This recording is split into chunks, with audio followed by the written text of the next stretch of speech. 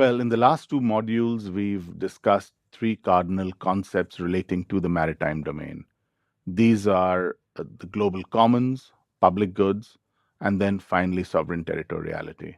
In this module, we're going to take the discussion forward by looking at the fourth of these cardinal concepts, and that is the notion of space in place. But to understand what space in place is, we need to first understand some basic geopolitics. And to understand geopolitics, we need to understand geography. So, Colin Gray, a very, very important thinker in geopolitics in the 20th century, he points out to us that geography, in fact, is out there. We tend to think of geography as being something that is objective, out there, as environment, as terrain. And that, of course, is true. But geography is also within us as imagined spatial relationships. So we need to think about geography both in this objective as well as in this subjective sense. So, what is geopolitics then? Geopolitics is the spatial study and practice of international relations. So, when we view international relations from a spatial perspective or a geographical perspective, we are in the realm of geopolitics. And geography, then, as an aid to statecraft, the game that states play vis a vis each other, their mutual interrelationships. And out here, a whole bunch of different factors, such as the size of a state, its resource base, its location. All of these become critical factors, and all of these are core elements in geopolitics. So, what we'll do is we'll briefly look at two classical geopolitical thinkers first. And then, having done so, we'll look a bit at what are called critical geopolitical thinkers. So, we first sort of look at two classical thinkers, and then we look at certain changes that have emerged in the discipline of geopolitics since the end of the Cold War. So, the first of these thinkers is Halford Mackinder. Mackinder said something that is quite memorable. So let's sort of look at what he said. He wrote, "Who rules East Europe commands the heartland." And what did he mean by heartland? By heartland, he meant the Eurasian landmass between Germany and central Siberia. So this was what he called the pivot of the world. Central Asia for him was the pivot of the pivot. So he says, "Who rules East Europe commands the heartland. Who rules the heartland commands the world island." And what's the world island? The world island for him is Europe, the Arab Peninsula, Africa, and South and Southeast Asia. These together form the world island, that large chunk of Eurasia and Africa. And then he goes on to write, "Who rules the world island commands the world." So, Mackinder is really trying to suggest that ultimately, whichever state has control over the heartland and who has control over East Europe will, for simple reasons of geography, will end up ultimately ruling the world. And this is, how he depicts it. So we have a pivot area. That pivot area is, as you can see from this graphic, Eastern Europe. There are the icy seas of the Arctic above. Then, in the lands of what he calls the inner or marginal crescent, include all of Europe, South Asia, Southeast Asia, East Asia, also the Middle East. And then, of course, there's Africa. And then all of the other areas, particularly the Americas, are lands of the outer insular crescent. So, for Mackinder, if you go through his writings, it becomes very clear Mackinder's notion of what is the heartland keeps shifting. But the idea of the heartland doesn't change. So Mackinder's writings over the years 1904, 1919, 1943, his definition of the heartland remains the same, but what geographical areas fall within the heartland, that keeps shifting. And the reason Mackinder became such an important thinker is because when the Cold War between the United States and the Soviet Union began, the Soviet Union was seen by American strategists to be controlling the heartland. And so it was assumed that the Soviet Union had control over world resources because ultimately it was this continental power. So, one way of understanding all of this is Halford Mackinder's view is that of a continental state of land power whoever controls that huge chunk of the Earth's crust, that is basically land, will ultimately be the dominant power. Now, this notion of Mackinder can be contested by the notion of another very important thinker, who's an American naval officer called Alfred Mahan. He taught for many years at the U.S. Naval Academy in Annapolis. He was a captain in the U.S. Navy. Later on, he became an admiral. Mahan's ideas are very different. You could say, they're almost polar opposite of what Mackinder is saying. Central to Mahan is the theory of sea power. And central to this theory of sea power is the expectation of conflict. What he says is the following: when a nation's prosperity depends on shipborne commerce and the amount of trade available is limited, then competition follows, and this leads to a naval contest to protect the trade. Communications, then, for Mahan, are the most important single element in strategy. Whether we think about strategy in political terms or in military terms, communications become incredibly important. And what he calls the eminence of sea power, the eminence of sea power lies in the ability to control the lines of communication. So, a sea power, a state that can control the seas, needs to ensure for itself that these communications are available, its lines of communication are open, but at the same time, interrupt this for an adversary. This, for Mahan, was the root of a nation's vigor, a nation's vitality. So, as he puts it in his writings, domination of the sea lines of communication, what we today call the SLOCs, SLOC, SLOCs, the domination of the sea lines of communication was the prerogative of sea power. And as he puts it in his writings, the seafaring nation whose commerce relied on maritime communications yet lacked sea power would be at the mercy of the great naval powers. So, one way to look at it, as we are seeing in this graphic, is that in any ocean, we're illustrating it here with the Indian Ocean, there are sea lanes of communication and there are choke points. What are choke points? Choke points are those areas where it is possible from land to interrupt the sea lines of communication. So, in the context of the Indian Ocean, we are talking about the Cape of Good Hope, we're talking about the Straits of Hormuz, Bab el Mandab, the Straits of Malacca, the Torres Straits, the Sunda Straits. These are all the areas where it is possible to control maritime sea traffic. So, this idea of the Indian Ocean as being an ocean of commerce is an idea which actually has its deep roots in history.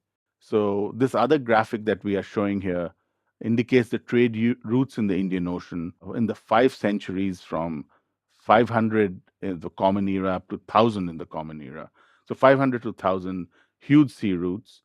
As we know, very significant uh, civilizations were established in the Malay world in Southeast Asia that had Indic roots. So, how did this happen? This happened obviously because of geography. It happened because of the wind patterns in the Indian Ocean. It happened because of the monsoons. So, the monsoons, wind power is what propelled these naval vessels, propelled this trade. And the southwest monsoon essentially took vessels in a particular direction. They then had to wait until the northeast monsoon would carry them back. And therefore, it meant that sort of trading was not just sporadic interaction, it involves actual human settlement, civilizational contact, and the spreading ultimately of Indian civilization. One of the words for Southeast Asia is Indochina, because it's seen as a region in which you had huge civilizational influences, both from China.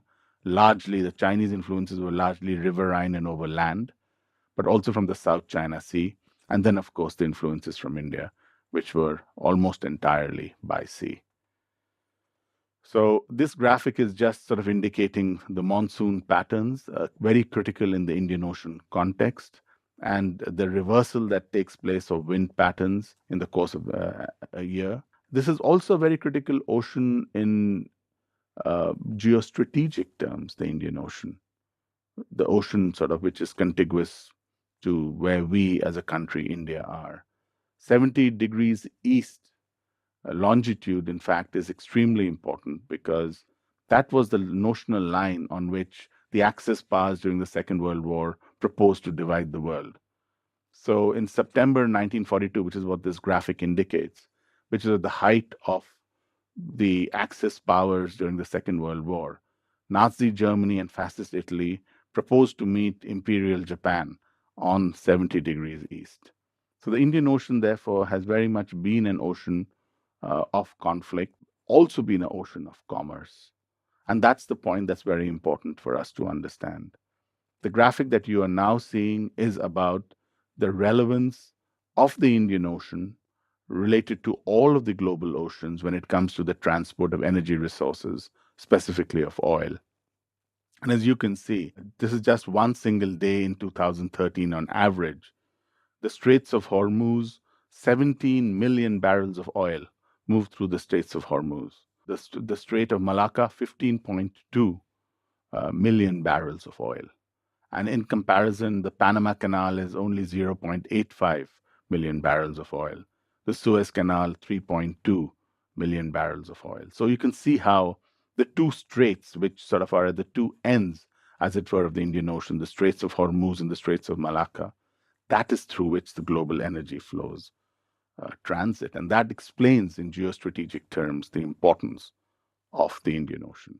And of course, the Indian Ocean is also ocean of great power competition. In this graphic, you can see, what Indian strategists call the string of pearls that China is building across the Indian Ocean, whether it is Gwadar in Pakistan or Hambantota in Sri Lanka, and indeed other ports that sort of China is seeking to construct. But India is also active. There are Indian listening stations in Madagascar and Mauritius and Seychelles. So this is very much a game that is just beginning, and it's very, very critical for us to understand that. So moving on then from this kind of understanding of classical geopolitics and our own ocean, the Indian Ocean, uh, we can move now to sort of get some understanding of what critical geopolitics is. This is linked to a scholar called John Agnew, who argues that since the Cold War, there has been no single geopolitical template that assigns meaning to world politics. In other words, during the Cold War, we had bipolarity. And bipolarity meant that every aspect of world politics ultimately was subject to that single template of the East West divide. The fact that power was divided between these two poles, Washington on the one hand, Moscow on the other. From the end of the Cold War, there hasn't been, this kind of a single template. And this has led, scholars like Agnew argue, to the creation of new, what he calls geopolitical structures.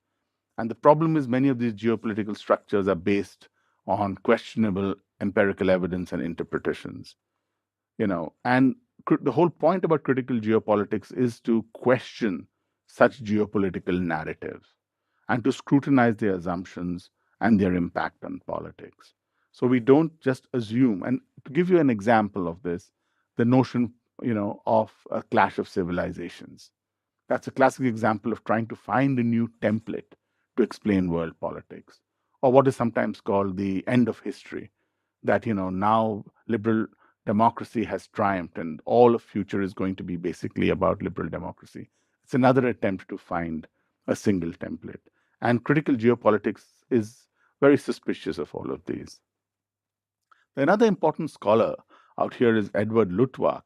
What Luttwak argues is that the methods of commerce are displacing military methods, with disposable capital in lieu of firepower, civilian innovation in lieu of military technical advancement, and market penetration in lieu of garrisons and bases.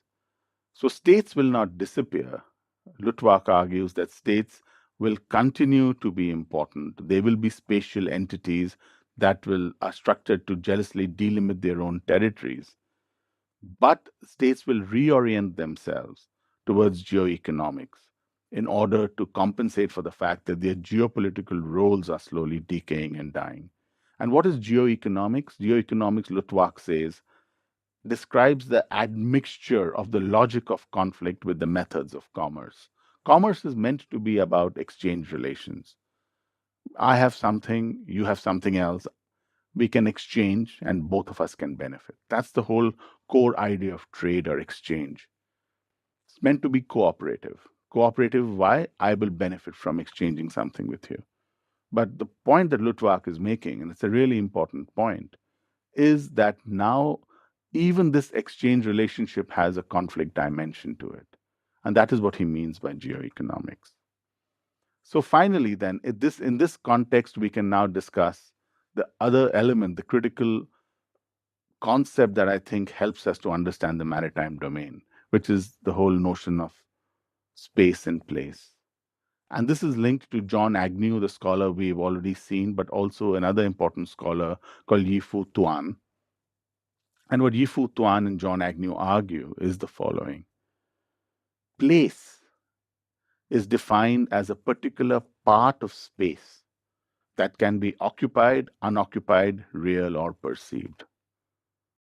This may sound a bit difficult to understand, but what is space? Space is really that which is occupied by an object's volume. Space is coordinates. Space is x, y, and z axis. That is what space is. Space is empty. Space is abstract, right? In contrast, a place has meaning. A space has coordinates. A place has meaning.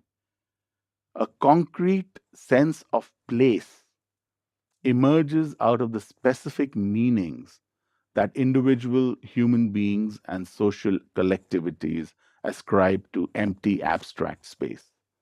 So, space itself is empty and abstract. It is the meaning we assign to a particular space that makes it a place.